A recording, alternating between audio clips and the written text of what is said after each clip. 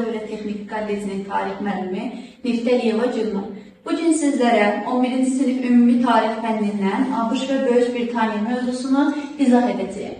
Əziz tələbələr, artıq sizə məlumdur ki, ABŞ necə yarandı? Bilirsiniz ki, İstiqlaliyyət müharibəsinin nəticəsində 1776-cı il iyulun 14-də Amerika Birləşmiş Ştatları yaranmışdır.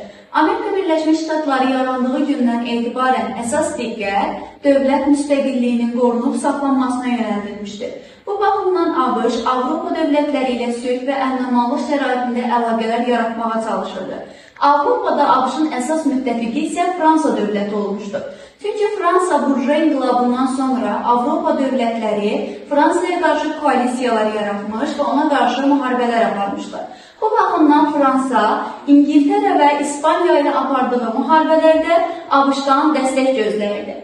Lakin ABŞ-ın bu müharibədə özünü bitərəf elan etməsi və Böyük Britaniya ilə ticarət əlaqələri saxlamağı artıq ABŞ-Fransa münasibətlərini kəskinləşdirən ilk səbəblərdən biri oldu. Lakin Napoleon Fransada hakimiyyətə gəldikdən sonra əsas diqqətini Avropaya yönəltmişdi və bu baxımdan o, ABŞ-la olan münasibətləri qaydaya salmışdı. Fransanın Avropada apardığı müharibələr nəticəsində Napoleon İspaniyanın Louisiana ştatını satın aldı və bu da ABŞ-Fransa münasibətlərini kəskinləşdirən növbəti səbəb olmuşdu. Lakin Napoleonun Avropada apardığı müharibələr nəticəsində maddi ehtiyacları artdığından o Louisiana ştatını ABŞ-a satdı və beləliklə münasibətlər yenidən bərpa olundu. Louisiana ştatını satın alarkən ABŞ ona görə münasibətləri kəskinləşdirmişdi ki, o qonşuluğunda İspaniya kimi zəif bir dövlətin əvəzinə Fransa kimi güclü bir dövlətlə əlaqələr yaratmaq istəmirdi. 19-cu əsrin əvvəllərində ABŞ-dakı ilk prezident seçkilərində, yəni 1801-ci ildə Thomas Jefferson prezident seçilir. Thomas Jefferson prezident seçildikdən sonra nazirləri vəzifələrə təyin edərkən onların siyasi bacarıqları ilə yanaşı regional mənsubluqlarına da xüsusi diqqət yetirirdi. Bununla o, ştatlar arasındakı əlaqələri möhkəmləndirməyə çalışırdı.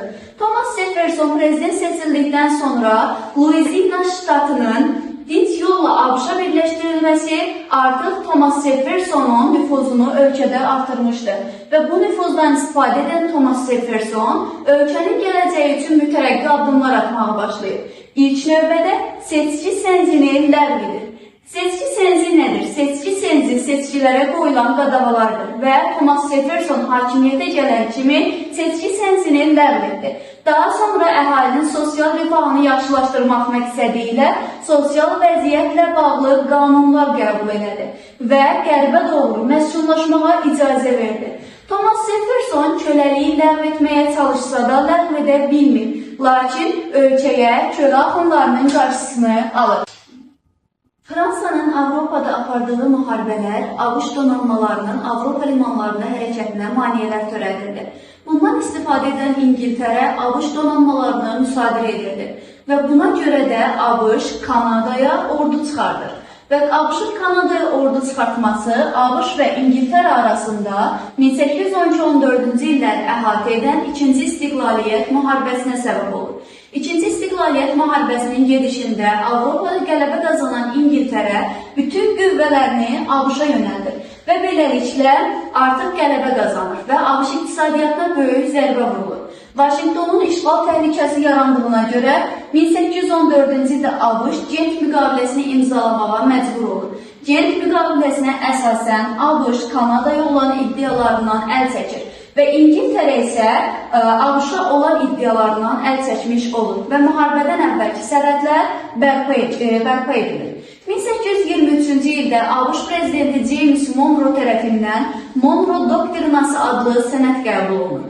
Monroe Doktrinasının qəbul edilməsində əsas məqsəd Avropa ölkələrinin Latin Amerikası ölkələrinə təsirini azaltmaqdan ibarət idi.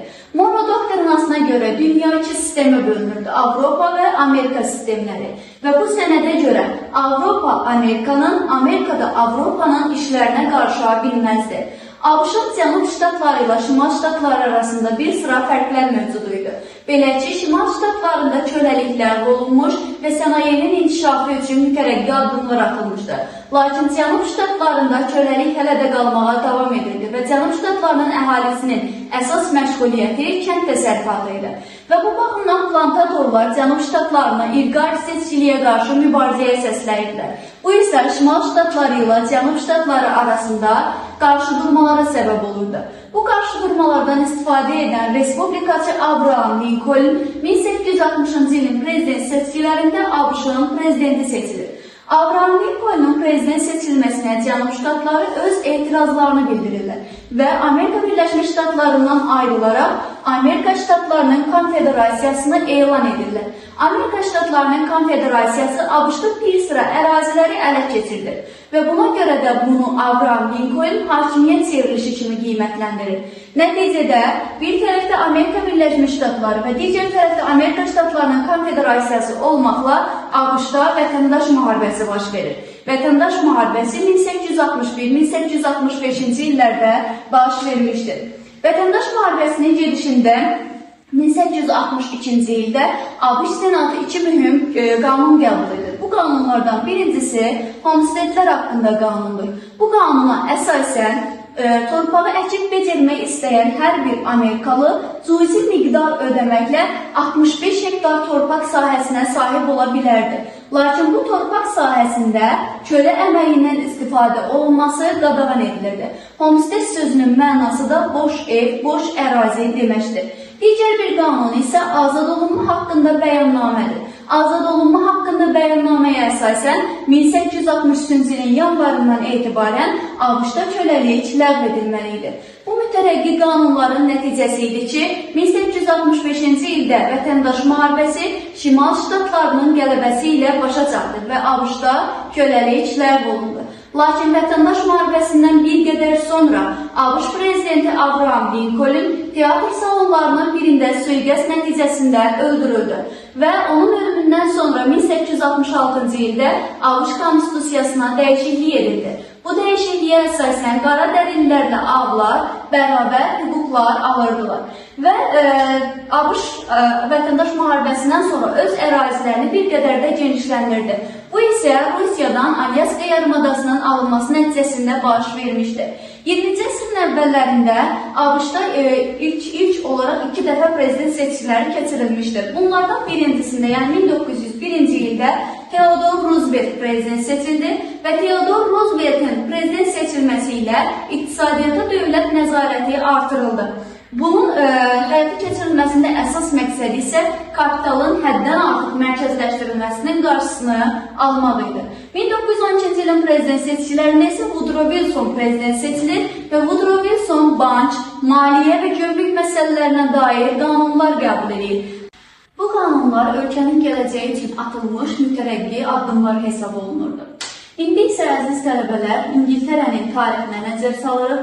Bildiyiniz kimi 19-cu əsrdə İngiltərə iqtisadi inkişafına görə dünyanın aparıcı dövlətlərindən biri idi. İngiltərənin bu cür inkişafı Fransanın narazılığına səbəb olurdu. Bu səbəbdən Fransa 1806-cı ildə İngiltərəyə qarşı Qitə blokadası elan edir. Qitə blokadasına eyni zamanda kontinental blokada da deyilir. Bu blokadanın əsas məqsədi Fransanın müstəmləkələri və Fransanın müttəfiqlərinə İngiltərə ilə hər cür əlaqələr saxlamaq qadağan edilirdi. Lakin İngiltərə öz müstəmləkələri hesabına bu iqtisadi geriliyi aradan qaldırmağı bacarmışdı. Hətta 1825-ci ildə İngiltərədə dünyada ilk dəmir yolu çəkilib istifadəyə verildi. 20-ci əsrə qədər İngiltərədə 2 dəfə parlament islahatı keçirilmişdir. İlk parlament islahatı 1832-ci ildə baş vermişdir. Bu parlament islahatına görə sənaye burjuaziyası artıq hakimiyyətdə təmsil olunmağa başlanmışdır. 1867-ci ilin parlament islahatına görə isə fəhlə sinfi və xırda burjuaziyada artıq hakimiyyətdə təmsil olunurdu. İngiltərə 19-cu əsrdə İngiltərə bazarlarında artıq Almaniya mallarının həddən artıq satışı baş vermişdi ki, bu da İngiltərə hökumətini narahat edirdi. Bir-birinin ardınca hakimiyyətə gələn Liberallar və Mühafizəkarlar Partiyası Almaniya mallarının İngiliz bazarlarından təxris olunması üçün əllərindən gələni edirdilər və Liberallar Partiyasının apardığı islahatlar nəticəsində Almaniya malları tamamilə İngiliz bazarlarından çıxarılmışdı. Beləliklə 20-ci əsrin əvvəllərində İngiltərə sənaye istehsalına görə dünyada birinci yerdə durmağa başladı.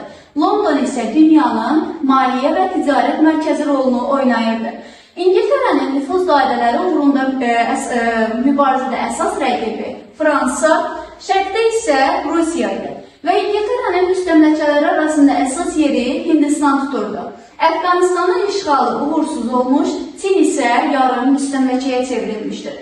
Bununla bərabər onu da qeyd edək ki, İngiltərə həmçinin Afrikada da işğallarını davam etdirirdi.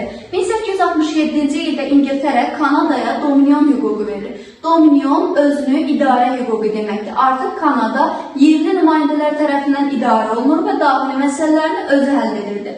İngiltərənin Afrikada apardığı müharibələrdə isə onun yenə də əsas rəqibi Fransa dövləti olmuşdur.